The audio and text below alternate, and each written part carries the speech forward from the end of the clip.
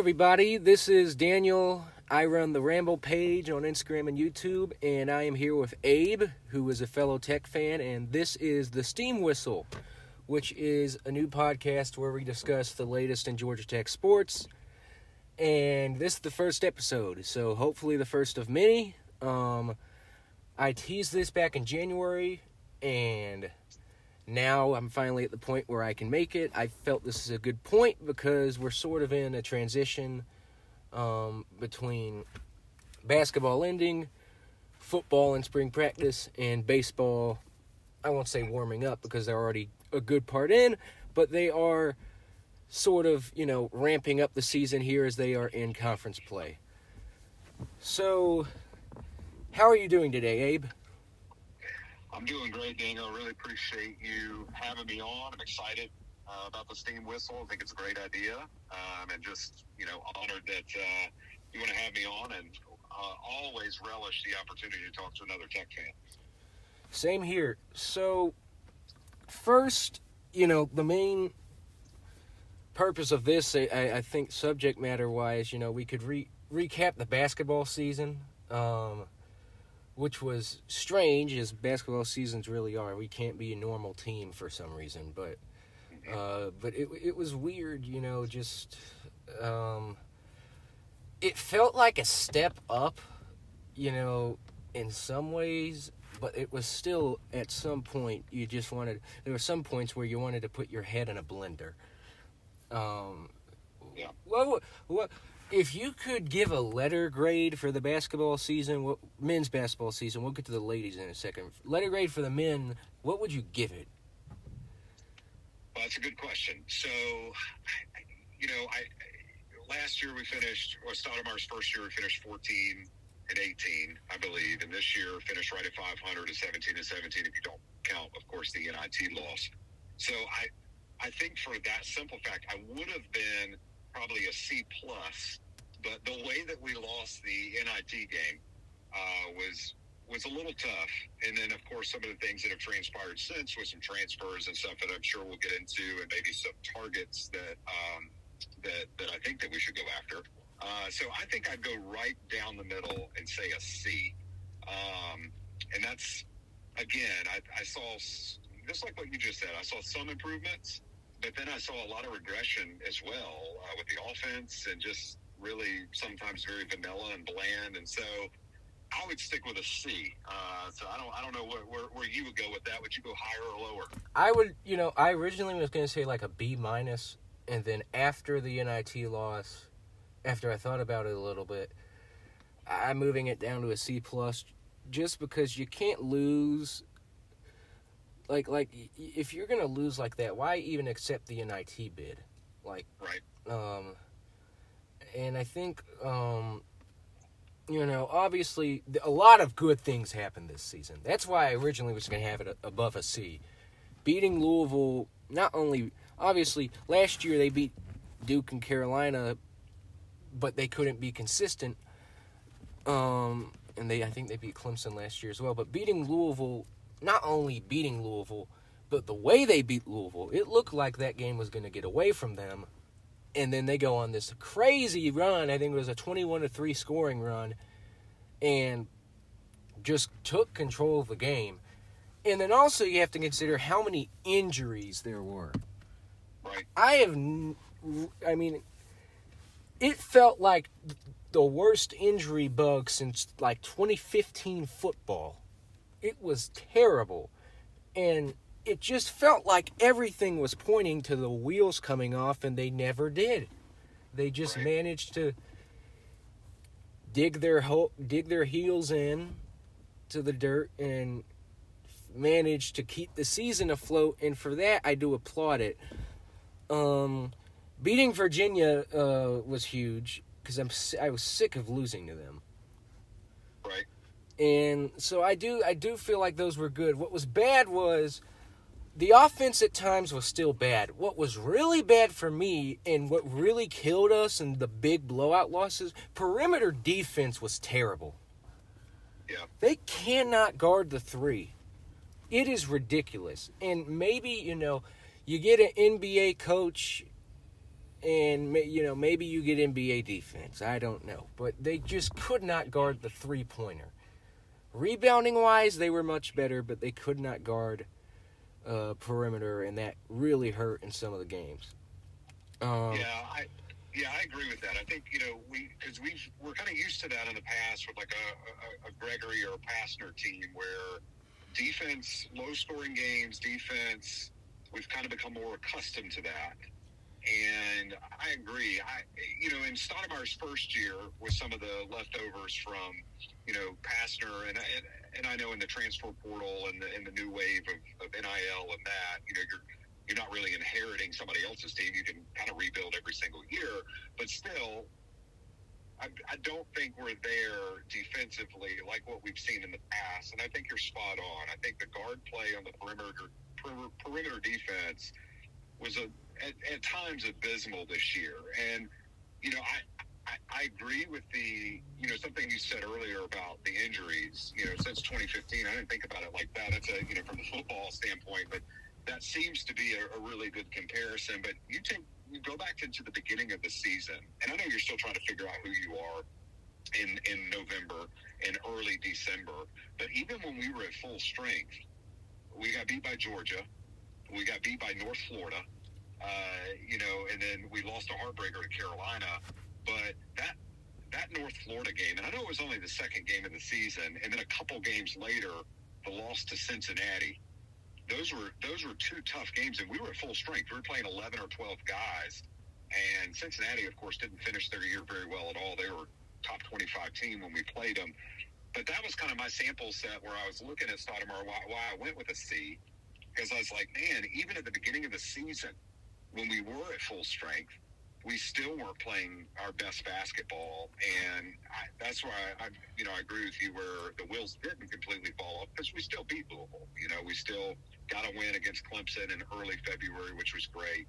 But I remember watching that second game of the season against North Florida, where we got handled pretty good. I think they beat us by like 10 or 12 or something like that. I thought to myself, okay, where are we going this year? What is happening? That felt similar, to, and I was really young, but that felt similar to the Kennesaw State loss in Hewitt's last year.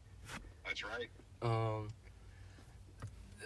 Now, to be fair, and I know South Carolina wasn't good this year, but that's a North Florida team that did beat another Power 5 team in South Carolina. But correct. You can't do that. Now, way back in October when I was doing preseason predictions, at this point, I'm like, look, just to not surprise myself, I always pick us to lose one cupcake game. So I picked us to lose to UMBC because I'm like, look, every other year we do it. At this point, I might as well pick one. But I did think we would beat... I thought we would beat North Florida and lose to UMBC. Early in the season, it was frustrating because they were at full strength, but they did eventually click, and then it was more mid-season when McCollum went down and Reeves went down after the Georgia game, I think. Yeah. If we had those guys late in the season, and of course McCollum did come back for the NIT game, I think him coming back threw everyone off. Like, they were clicking with that 6-7 man rotation, and I think them coming back for the NIT just threw everything off. Obviously, that's not the sole reason for the loss, but that probably contributed to it because they were in a rhythm late in the season. I agree. I think we could easily make that argument. McCollum's a great player, but I don't think it was that he was rushed back, but it was that kind of thing where you're right. It's like we got really used to playing a really shrinked rotation, which in college basketball can work. And I agree that McCollum coming back kind of threw off that rhythm of who's going to touch the ball. Reeves going out was tough. You got senior leadership with him. You've got just a good defensive player, likes to go to the rack, all that kind of stuff. He gets a red shirt, though, right? He should. I mean, I think he's applying for one, and I guess O'Brien would be applying for one as well to see if they get a waiver, because I think they were out long enough and didn't come back that I hope that they both get waivers, because if you think about it, if those two can come back next year, or at least let's just say one of the two can come back next year, especially if Powell leaves, right? That's huge for this team. So I think and that's what I was. Go ahead. I think I would rather, and I'm not dissing O'Brien, but Luke O'Brien, just with the sample size, when he did play, he didn't impress me too much, but we know what Reeves can do. Reeves is an explosive player. Yep. Next year, he could take the torch of the steady veteran presence that was passed down from Sturdivant to Terry, and now Terry, he could take that. Right. Assuming Bai stays, I guess Bai would have it, but we got to see what Bai does. It's way too early to know if he's staying or not. Yeah, true. And I wanted to bring up an interesting point that I'm sure you've seen it in circles, either on our forums or I'm sure you get asked. And I know we've only had 2 seasons of Stoudemire, but we're already seeing rumbles of, is Stoudemire the guy? Right? Is Stoudemire going to be the coach that we have for years to come, or is it time to pull the plug already? I think that's a little too fast to say let's pull the plug now. But for anybody that is like on the fence of like, okay, what is Stoudemire? He won 14 games the first year. He won 17 games the second year. I went back and looked, and since 2000. The 2000-2001 season of Georgia Tech basketball, so a 25-year sample size. If you take away Pastner's season that got vacated, which would have been 16-17, if you take that away, we've only had 5 20-plus win seasons. 5 in 25 years. And Hewitt was responsible for a good chunk of them. I know Gregory had one. I think Hewitt had all of them. Yeah, you're right. Oh, 4, 05, 4, 5, 7, and 10, and then 16. Yeah, that's right. Although personally, I count 17 because Ron Bell was let's not get into that. But so technically 6, but on paper 5. Yeah, and I'm with you on that. So we'll give Pastner his 1. So Pastner had 1 in 7 seasons. And if it was a full season, winning percentage wise, 21, 17 and 9, that's more like 20 and 13 on a full slate. Right. So we've had 7 good years in 25 seasons. Right. And exactly. And so Hewitt, of course, had 4. And then I went back and looked at Crimmins, of course, who, he had many. The tech standard, right? He had 8 in 19 seasons. Different brand of basketball, different time of basketball. But the biggest thing that I was going back to look at was, when was the last time Tech won an NCAA tournament game? Not 2010. Game, but 2010. And that was against our favorite Oklahoma State. Yeah, our favorite team to play in the tournament. That's right. That's right. Because it remind me, was it 03-04 when we beat them as well? Yes. To go to my dad. I wasn't born yet, but I've seen the highlights because if you follow my page, I do deep dives into history on occasion. Right. But but my dad still kicks himself. My mom has been to plenty of Final Fours. Being a Tar Heel fan will spoil you like that. Right.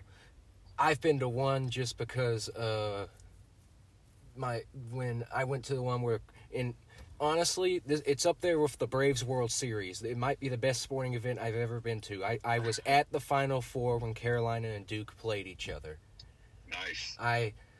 And I won't get into that because it's a tech podcast, but it was maybe the best sporting event I've ever seen. And I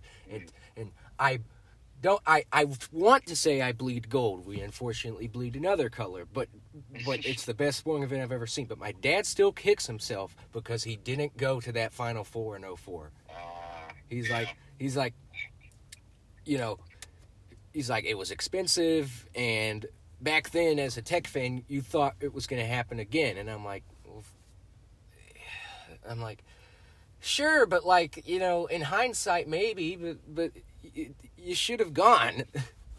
Yeah, well, and it's really funny because I was a junior, I think going into my senior year of high school when they went to the Final Four that year into the championship game, and ironically enough, of course, we ended up unfortunately losing to UConn, and then I lived in Charlotte, grew up in Charlotte, so Emeka Okafor then gets drafted. Or then comes and plays for the Bobcats at the time and just lays an egg, of course, was phenomenal in college, doesn't do that much in the NBA, and it's just like, oh my gosh, I wish we could go back to that day. I know if you BJ Elder, Luke Schencher, all those guys would love to go back to that one game. And they beat them in like a preseason NIT tournament too. That's correct. Yeah, that's correct. But it goes back, I think, to the original question. I'd love to get into maybe some transfer talk with you as well. But I want to bring that back up about the Stoudemire piece and get your hot take on that. Yeah, we kind of went on a spill there, but you were asking, is he the guy or is he not the guy? What do I think of that? I think it's too early because obviously the Wake Forest lost both years. The SMU lost, North Florida. There have been moments where I've thought this isn't going to work. And then there's moments where I'm like, okay, the Stanford win was by far his best coaching by far, of his time here. The traps that they put on Raymond, who's the big center they had, great defensive scheme. Stanford wasn't hitting threes, so we didn't have to worry about that. That was by far his best coaching. And so there were moments where he developed as a coach, and I could see that he's improving. I think this season, this third season,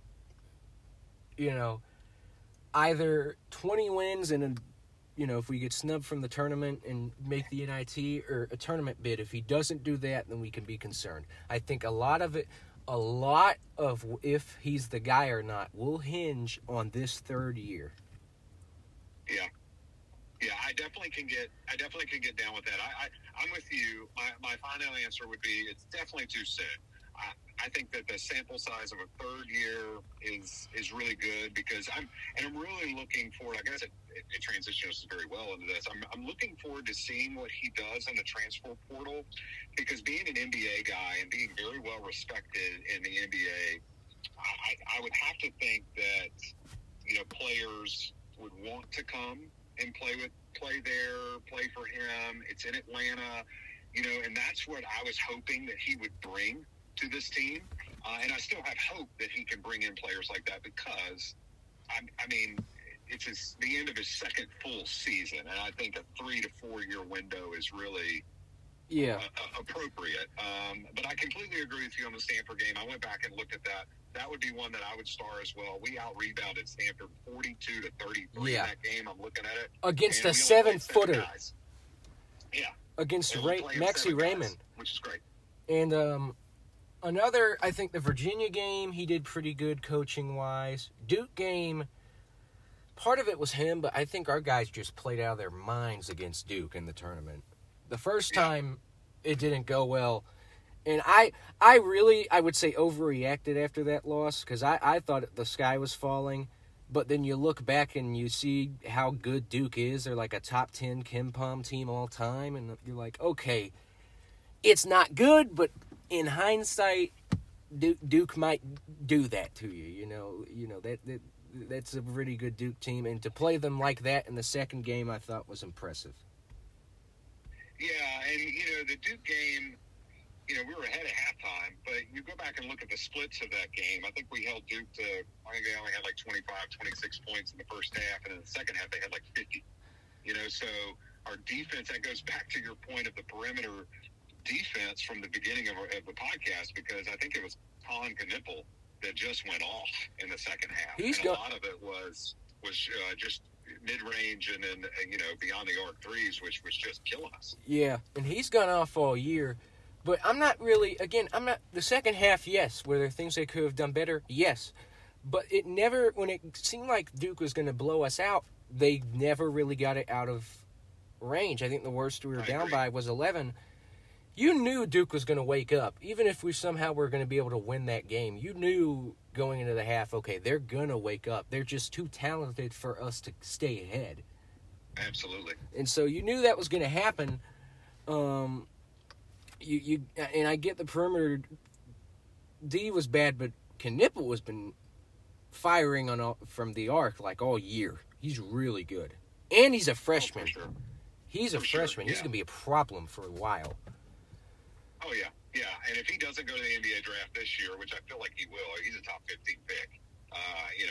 He's just a great talent. Of course, along with the obvious of Cooper Flagg, who, of course, went out that game. But still, I agree with you. I think the heart that we played with some good zip. And even in the second half when they were hitting everything, them as in Duke, hitting everything, we still held the line, if you will. I thought we Stoudemire called good timeouts, tried to stop the bleeding at times, and we tried to claw ourselves back in there. And there was a time late in that second half where I was like, okay, now we might go on a little run here with Powell. And we kept it respectable. So I think we got it within 5 with like 7 to go. Yeah. But yeah, I think just the third year here is it's going to be critical. I think the good news is there's a lot of good coaches out there, a lot of them. Now, if Stoudemire doesn't work out, I feel we need to get a big name, and not only for us but for the ACC. The ACC, yes, Duke made the Final Four, but this is the worst year the ACC's ever had, at least as far as I know. The SEC, I call them the SECCCP or whatever because I joke that they're the Berlin Wall or the Iron Curtain of college sports, but that's a discussion for another time. But they've got everyone's blaming the SEC's success and the ACC's demise on NIL and everything. Sure, that might be part of it, but it's really just getting coaches. They've gotten all the good coaches. And when the ACC has all these legends go, that's not a good mix. Yeah, and, I guess with State bringing in Will Wade, that's a bigger name. Yes. He's kind of reestablished himself. He was a good coach, just kind of had some stuff at LSU, but, I think him coming to the ACC is great. Odom. Miami made a new hire, right? Because they got the Duke assistant coach. That's a good hire for them. And then Ryan Odom going to Virginia, who is the son of Dave Odom. Yeah, which is back in the name like a Dean Smith or a Bobby Crimmins or something like old ACC relics. So yeah, I agree with the big name. I'm and we can get into it when we talk about potential transfers that we want to go after, because I've got a few that I would love to see us go after. One of them actually plays in the Southern Conference. And so, as a graduate from UNC Greensboro, being in the Southern Conference, there's a coach that he's still at Sanford, Bucky McMillan, who I think is going to be a great coach at the next level if he decides to leave. He hasn't been tapped yet. I think he's been in some circles, especially this year.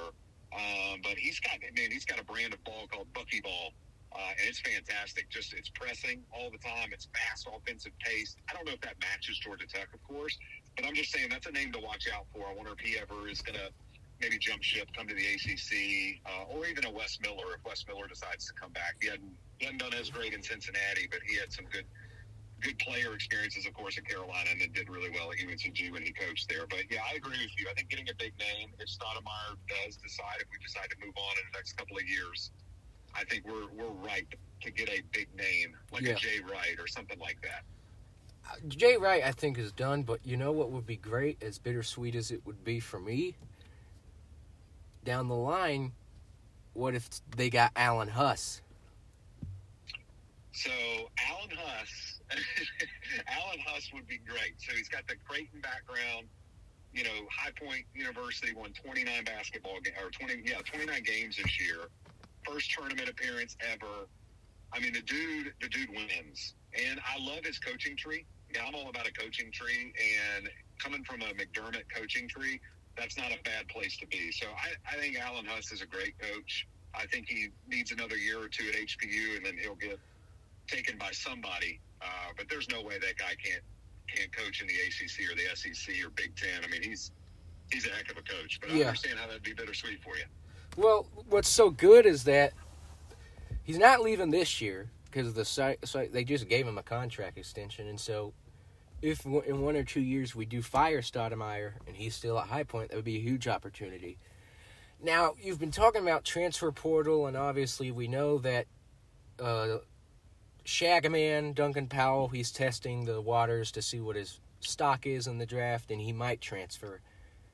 George, from what I've heard, is transferring. That was more of a he wanted money thing. And we'll wait and see on Baidongo, but you've been talking about guys you want to get from the portal. Who do you have in mind there? So there's just a couple of guys, and this is always a fluid situation because it's like right when I look this stuff up, it's like then if you click refresh, they're already out of school. So I chose 3 guys that because and here's where I went to. We know that we've got to replace scoring for McCollum and Terry. Now we've got to replace a guard and Nate George, and so I think our 3 biggest needs, and we'll kind of hold off on Powell, because if Powell comes back or if Reeves can come back, then we don't really need a forward. So I would just focus on a combo guard. So for listeners, I would think like a Miles Kelly, right? So to me, like a 6'6", 6'7" wing, which is a great frame for NBA, but can score. That's what we really need. A shooting guard and a point guard too, sure. So there's 3 guys in the portal right now that I personally really like. First, I went with somebody that's close, and they're transferring from Kennesaw State. So I'm like, okay, if you can get a combo guard close from Kennesaw State, that'd be great. They don't have to go that far. The kid's from Alabama. He was a 3-star coming out of high school. He's 6'5". His name is Adrian Woolley. Yes. He had a pretty good campaign at Kennesaw State. I just like that he's close by and that he's a combo guard. And it's like, man, bigger lights in Atlanta, coming to play in the ACC. The NIL is going to be a little bit better. That would be somebody that I would try to go after. Or it just in my mind, of course, I'm not in Stoudemire's head.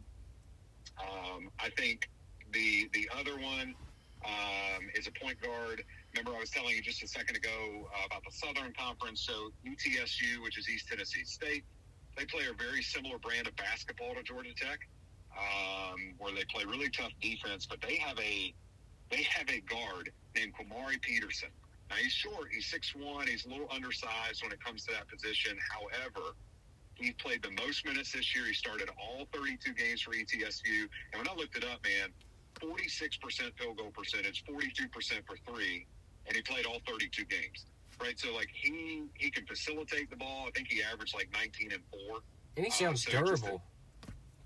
Just a guy that can really get up and down the floor. He knows tough defense from ETSU.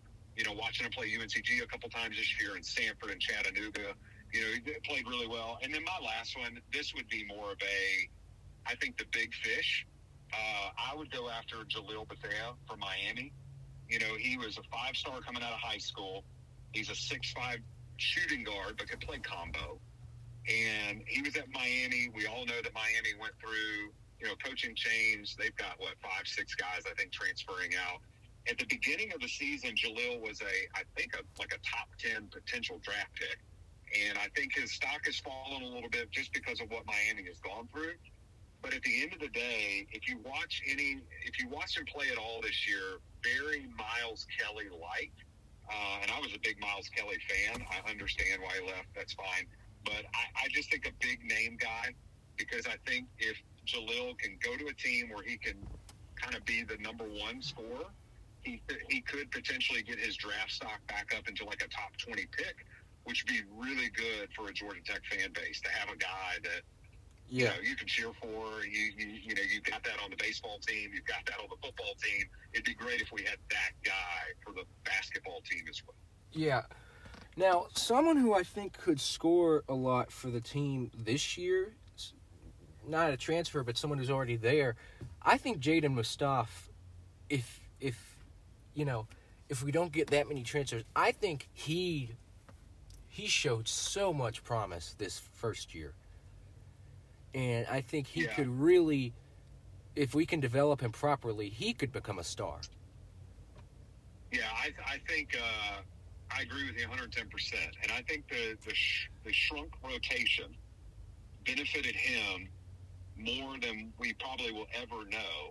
We'll probably know more next year, of course, but those exposed minutes and expanded times that he was able to play because of the shrunk rotation as an 18-year-old, I think it's going to be huge for his development. And he gives me, like, I don't know about you, he gives me, like, Georges Hunt vibes. Like yes. Georges Hunt vibes. Yes. That's actually this is a great comparison.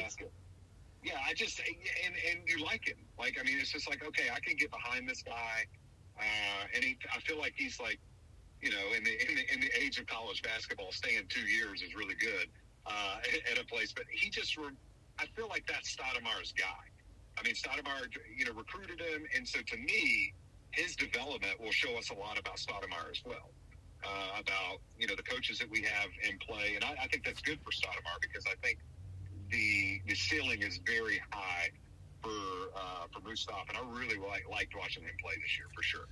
And he had some good dunks, but he was one of the few guys who legitimately showed up in that NIT game and had a steady performance. Yeah, it didn't ever seem like the spotlight was too bright. Of course he made some freshman errors that anybody's going to make at that level. But yeah, even I agree with you. In the NIT game, it just kind of seemed like, the stage wasn't too big and, it is what it is. I mean, it's just another basketball game and he went out and did what he had to do. So, we'll see. I did read the other day that we just had a visit from an LSU player that's transferring out right now. I think it's Victorious, I think is his name, or Victory.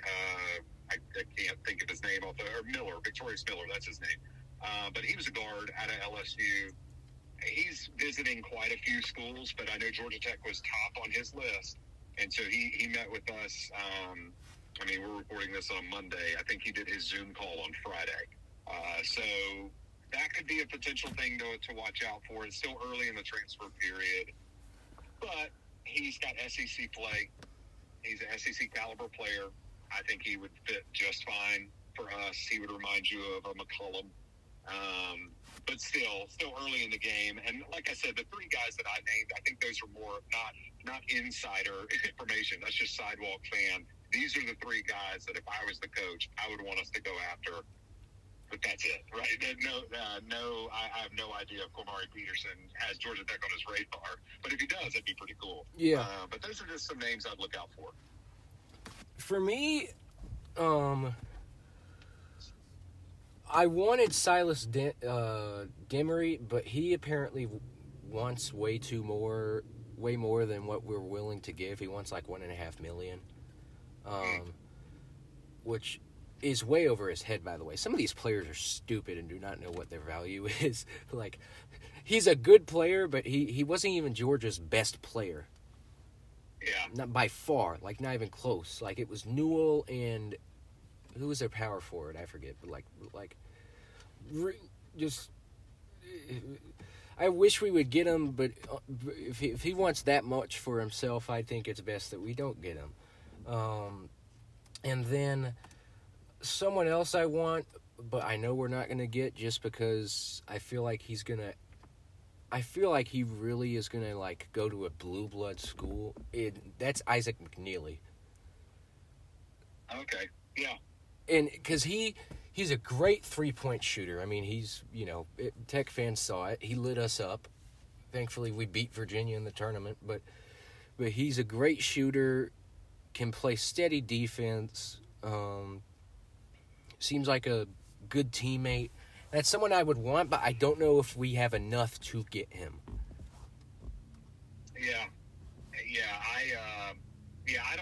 I don't know. And I'm interested to see, too, where Nate George lands.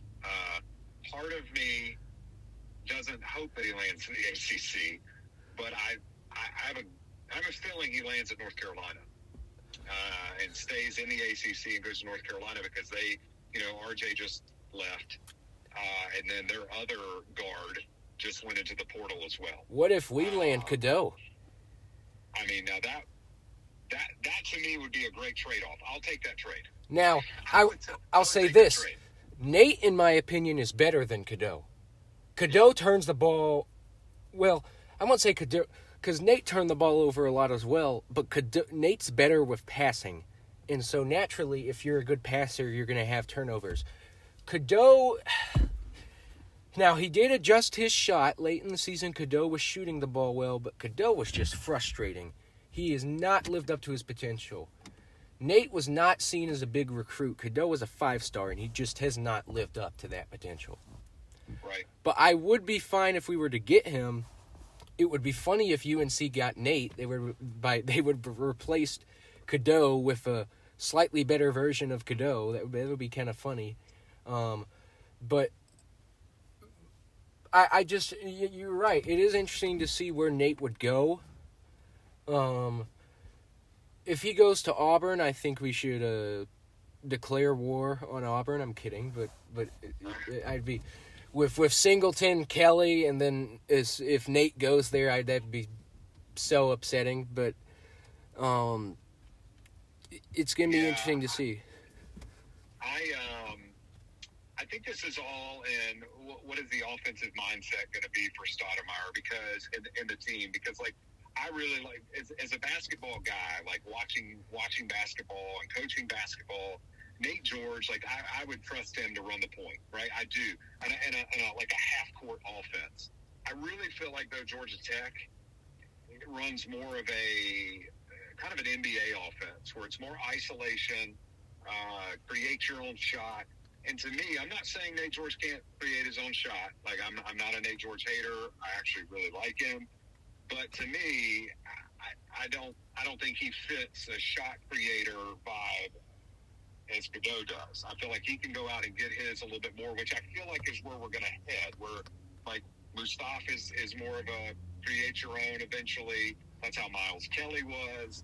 And so, like, if that's the brand of basketball we're going to play, I think we got to go get guys that can score in isolation. If we want to move to a half-court offense where we're going to run sets and plays and all of that, and it's not going to be the same every single time, I think you do everything you can to get Nate George back because he's, in that sense, I think he's one of the best point guards in the country, actually, just with his size and his vision. His vision is just out of this world. I'll say this, too, and, of course, Nate's not known as a shooter, but his mid-range jumper was incredible this year. Yeah, and it grew as time went on. Yeah. I would agree with you. I think his three-point shot was somewhat suspect, but that's not his game either, what you're saying. But he was able to add the mid-range piece, which I think after this year, if he was to stay at Tech, that shot will be there for him, especially if there's a towel or there's a buy down low. Like, that shot will be there. And you never know. Maybe he's just, like you said earlier, maybe he's just testing the waters, which he has every right to do so, which a lot of these guys do. Maybe he's just testing the water to see. I don't think he is. I said maybe Powell is. Now, I could be wrong, and Nate might be testing the waters, but from what I've heard, I don't think he is. I hope he comes back, but, you know. Yeah, I really felt like all the things that I read between the Stoudemire and Nate George relationship, I feel like there's a solid, respectable bond there. I think that's, that to me is like the Brent Key vibe. Yeah. Right? Like Coach Key's just got such a great vibe and such a great relationship with his kids that's why they're coming back. There's going to be that matriculation, and I get that. But, like, I don't know. I think Stoudemire, I think we're about to see that. So it doesn't look like Mustapha, of course, has put his name in the portal. I don't think he's going to. Hadn't seen any signs of that. But if Nate George does come back, I think that is a sign of the relationship that Stoudemire is building with his players. And so I don't want to count it against him if George does leave.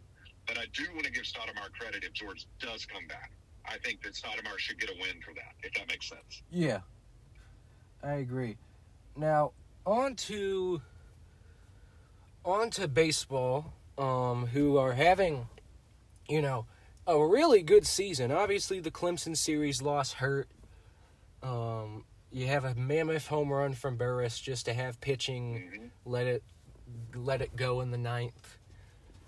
But I feel this is maybe Danny Hall's best team.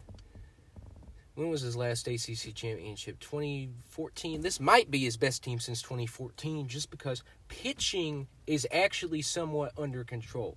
They did blow it versus Clemson, but Clemson's a top 10 team. You have Mason Patel, who's a good pitcher. You have Jalen Payton, who's a good pitcher. Bunch of other guys. And then, of course, the hitting's always been good. And now you have this big storyline with Danny Hall announcing that this is his farewell tour. Right. Danny Hall, obviously, people may argue this, but he's probably he's easily the best coach Tech's ever had in baseball. He's had a turbulent last decade though, and a lot of diehard fans have criticized him for just not being able to get over the regional hump in a long time, and so it's interesting to see how a bunch of fans are like thanking him, but a bunch of them are like, "Yay, we're finally free!" And I'm like, "No, have some respect. I mean, this man this guy has kept Tech consistently good for 30 years." Yeah, and when you think of Tech baseball, I mean, of course, Tech's had. I'm a sidewalk baseball fan, but when you think of Tech baseball, I mean, Danny Hall has to come to your mind, right? I mean, of course, we've had some great players. Don't get me wrong. We've got some great players now. But, 37, 38 seasons? I think it's 31. He started in 94. Oh, wow. Okay, yeah. So, 30-plus years at the helm, at Georgia Tech. And it's like, I mean, I think last I looked, I think he's over, 1,400 wins as a coach. He's in the top 10 all time. 1,200. Yeah, which is, and there it is, 32 seasons at Tech, win totals of over 1,200. That's phenomenal. And so, I can see the frustration, of course, or the rumblings of, man, we got to get to, College World Series or something like that. But I do think there's a little extra motivation for the guys to play well this year. Because if it is his victory tour, not only do you have a good team this year, right, and as you alluded to, maybe one of his best, and, especially in the past 10 years at least, this extra added motivator that is Danny Hall's last season, I don't know. I kind of like that he announced this like a little bit halfway through the season, because instead of doing it at the end of the season, because it almost gives your guys something to play for a little bit more. And, that motivation is huge. It goes a long way in a long season. So do you think there's anything, let me ask you that, do you think there's anything to him saying it in mid-March or late March, like, hey, I'm going to call it quits after this season instead of waiting to the end of the season? Do you think there's anything to that? Like, and I'm not saying it in a negative way, in a positive way. I do. I'm surprised he did it the day that he did, because it was the day before the Clemson series started. I would have thought he would have done it on a Monday before midweek or something where it's a little calmer. But also, I'm not thinking about it. I'm like, it makes sense that he does it at this point in the season to motivate his team, and then also to give the team time to give Bat time to say, okay, should I hire Ramsey, who has sort of been Hall's set up by Hall to be a successor, or should I go elsewhere, go outside and find somebody? It gives them time to find the next guy. And Hall's been a great ambassador of goodwill for Tech. I think he wants Tech to be in great shape when he leaves, and so I think that's part of why he announced it when he did. Yeah, and which makes sense. So let's look at, if we look at the rest of the season for Tech, they've got a couple of spot games here and there between like Western Carolina, Mercer, I think Auburn's on there, Georgia. But the remainder of the season, they have Stanford, Cal, Miami, UVA, Louisville, and Duke. The 3-game series between those ACC teams. How do you see them doing Because right now, I guess they're sitting, about 8-4, third in the ACC. What are you thinking how they finish? Do you think they finish as a top 5 ACC team this year? Or given the schedule, they drop a little bit? What are your thoughts? So say that again. I know they got Stanford. Who else? Just Stanford, Miami? They got Stanford coming up, who's sitting at 5-7 right now in the conference. They got Miami, who's in the bottom tier of the conference, 2-7. And they've got California, who's on the back end of the conference. And then Louisville, who's middle of the pack. And then Duke, who's, more top end of the pack. So out of those teams, Duke really is the only one that is, most of them are above 500, but in the conference, Duke has the best record. But Stanford, Cal, Miami, UVA, Louisville, and Duke, those are the 3-game series we have left in the ACC. I'm surprised they don't play the Hokies, but I am sure. I think, Duke, I think if they take one against them, Miami they should handle. Stanford, it's over there, so maybe they'll get 2 of 3 because, it's on the West Coast. It's going to be a little difficult traveling, but I'm sure they'll be able to handle that. Cal, we should be... I think top 5 is doable. Yeah, and I agree with you. Looking at the series that's left, I would say the Duke might be the most interesting series, but then again, that's at the end of the year, so they're still little ways away from that. But looking at the standings right now, they're sitting at 8-4, and Clemson, with that win over them, of course, is why they're in second. And Florida State is sitting at 7-2. But we already have 22 wins this season, which is great. Sitting at 22-6. So definitely an opportunity to get to 30 games, 30 wins. The opportunity is there, of course, to get past that, which would be great. I see us. We play Auburn as well. I don't know too much about Auburn baseball. I don't know where they're sitting at so far this year. I'm sure they're middle of the pack. Yeah, they're 20-8 right now, so that could be a good series. So to see how we play against we have a them. home and home. I think there's one that's at home and one that's on the road, and they're both like 1-game Tuesday things, but we do play them twice. Yeah, you're right. We've got one there, or one at home, one in Atlanta, and then one in late April down in Alabama. So, and then, of course, Western Carolina, we've got that's a home stay against them. And then also in the schedule, looking like Georgia Southern, we play them once or twice. So definitely some winnable baseball games down the stretch And to then get us to the ACC tournament at the end of May. And then there's the big one, which is at Truist. And, as good as Tech's been, UGA, their offense is out of this world this year. They score. They just score, man. Our pitching is going to have a handful against them. But that should be a great crowd for that game because both Tech and Georgia are off to good baseball seasons. I'm sick of losing to them. I hope we beat them, or at least I hope we put up another good effort with them like we did in the playoffs last season. Yeah, that'll be a great game, one to circle the calendar. Tuesday, April 15th, 7 p.m., like you said, at Truist, which is a really cool opportunity for both teams. But a night game, it's going to be, middle of the week. That's going to be a cool experience. And, there's still a lot of season left after that. I know we're on the back end, but still, that game could really give a win there, could give some even more momentum moving into the back half of the season to really help Tech in their seeding in the ACC tournament, which would be great, of course, to get to the regionals and all that stuff. So definitely a big game for sure. Always a big game when we play the little puppies, Yeah. And then, so baseball, they're in the flow of things. Basketball ended. Football spring practice, I think they had their first... they've been practicing with pads since, a couple weeks, maybe a month. But they had a scrimmage this weekend, and we are actually less than 2 weeks away from the spring game.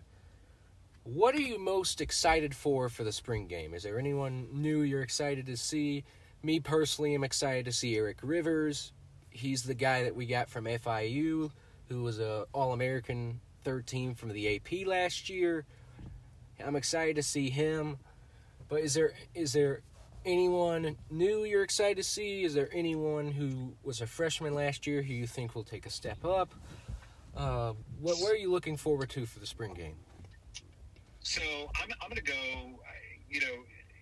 you took mine. My newcomer and one I'm excited is Eric Rivers, of course. I think that's a good addition. Losing Singleton hurts. Eric Rivers is going to be great. So I'm going to go a very stock answer here, but I want to explain why. So I'm most excited to see Haynes King. And I think the reason why, and, Haynes King is an obvious choice, or Jamal Haynes or somebody like that since they've been around. But I think for Haynes King, hopefully he's had an opportunity, of course, to get healthy. We know our backup situation, and we're going to be fine regardless with Aaron Philo. But still, I think Haynes coming back with now getting the respect that I think he should have had when he was at A&M, and he did to a certain extent. But seeing him be the all-American leader of this team, other coaches see that, other GMs in the league see that, other players see that. I want to see how he responds to that leadership and that pressure. I think I know how he's going to respond, but I'm looking forward to seeing that, and just all around looking forward to seeing how he does now that the spotlight is on him. We've kind of gotten to play, and we've kind of gotten to play the underdog game for the past couple of seasons. And we've been probably the best 7-win team of all time the past couple of years. But now we're predicted, we're like potentially a fringe playoff team. And so I want to see how all of our guys respond into that moment, especially this year. And I think that starts with your leader. And to me, it's a clear-cut leader on that team, and that's Haynes King. So, and I'm also kind of biased because at the end of the day, my boys are starting. I have two sons. They're starting to get into Georgia Tech football now, which is great to see. I'm trying to create as many Georgia Tech fans as I can.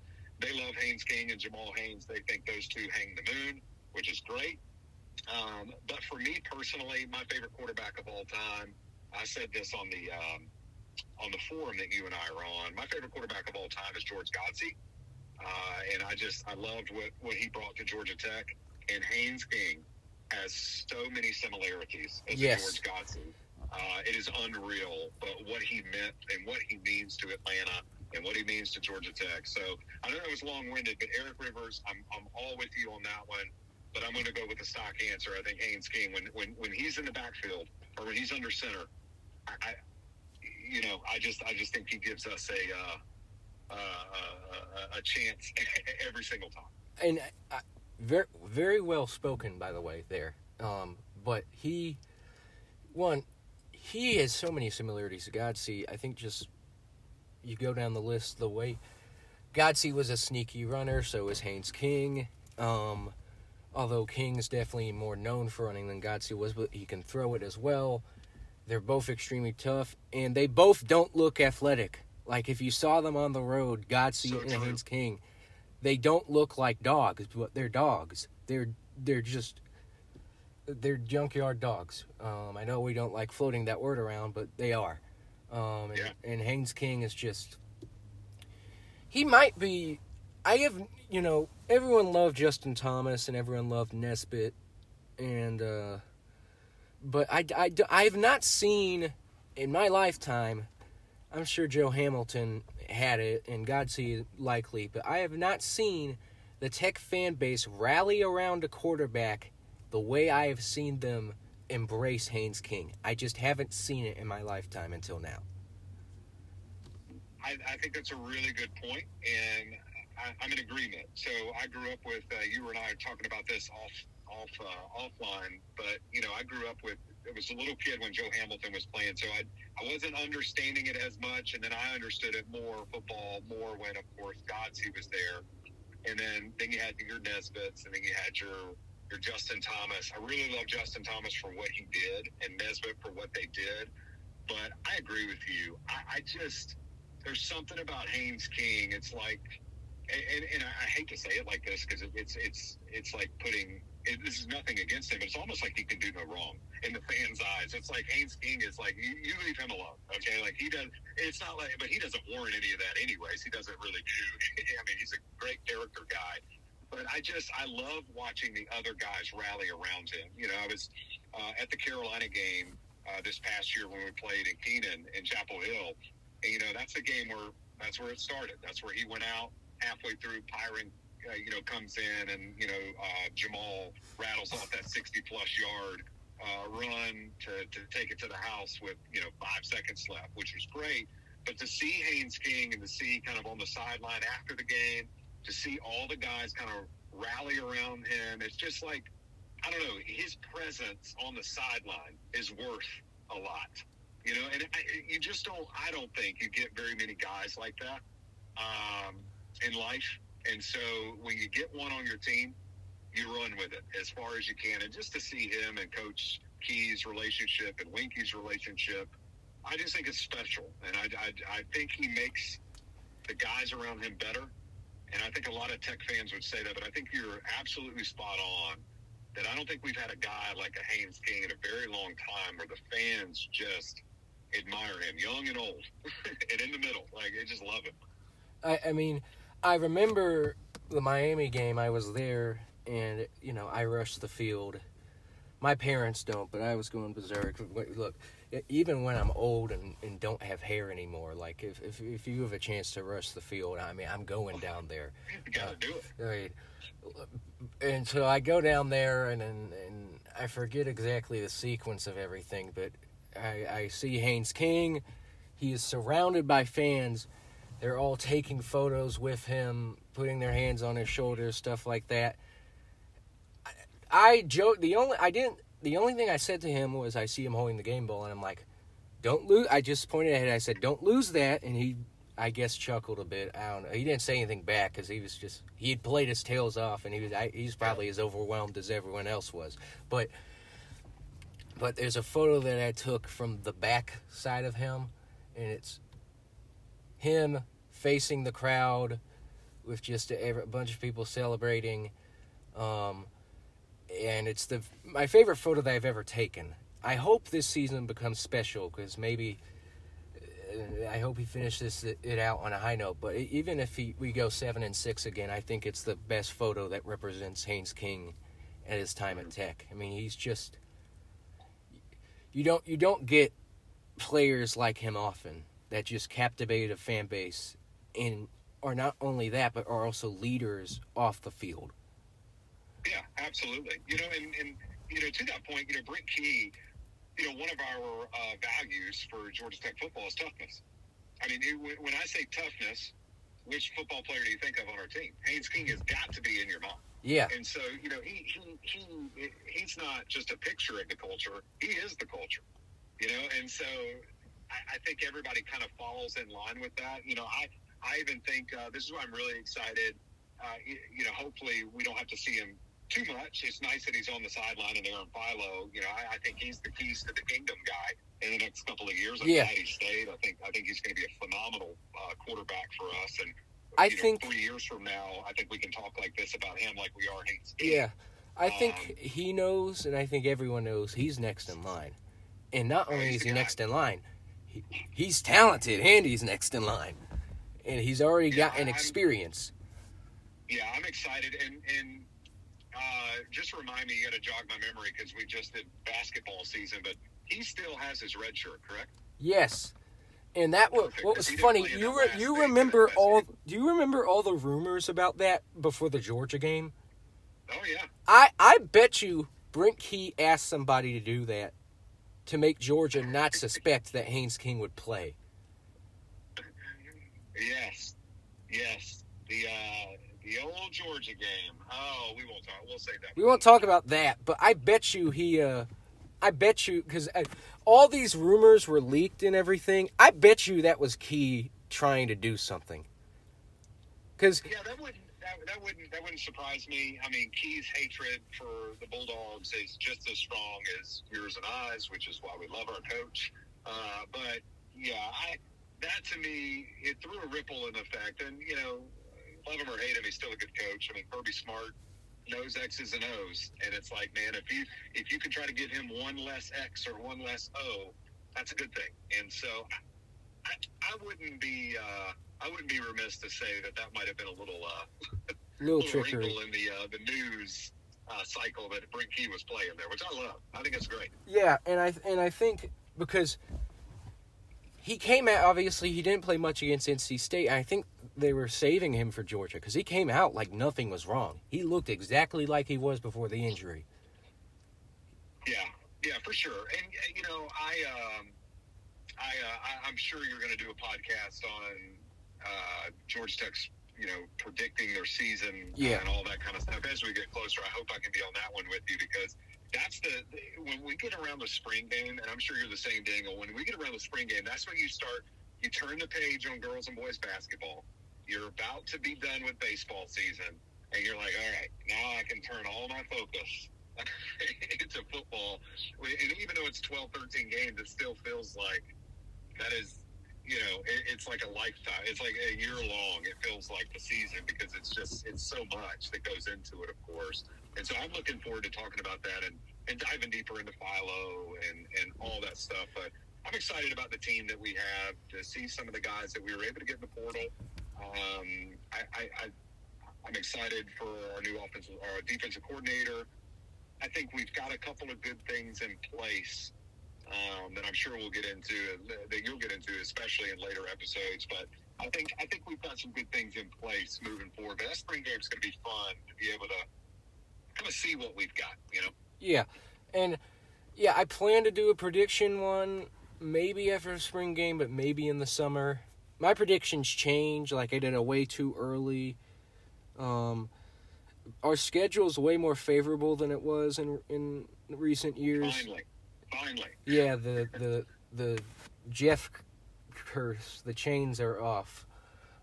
Yes. Although Paul did do some of that as well, but he scheduled Ole Miss when they were under sanctions. Nobody thought they would be what they were when we played them. Right. So Paul was responsible for some of that, but I'm excited. I'm so excited for the season. I just hope it's not a letdown. I hope it's not a letdown. I think that's.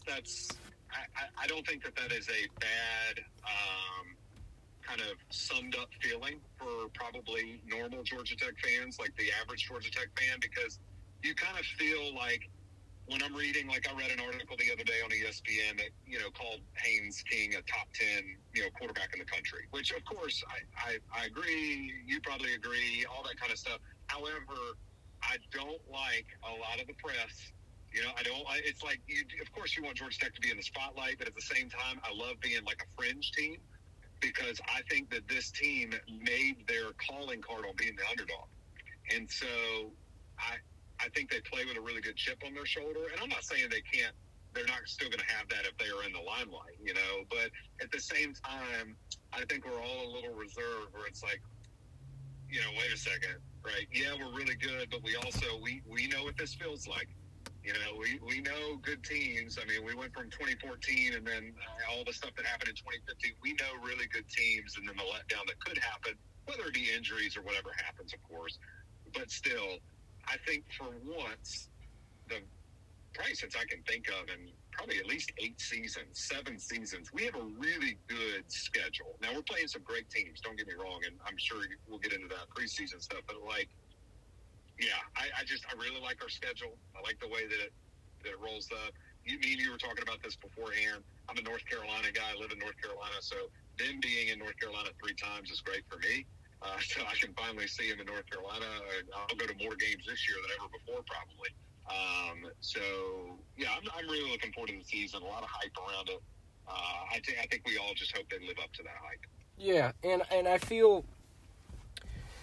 just feel, you know, us being respected again.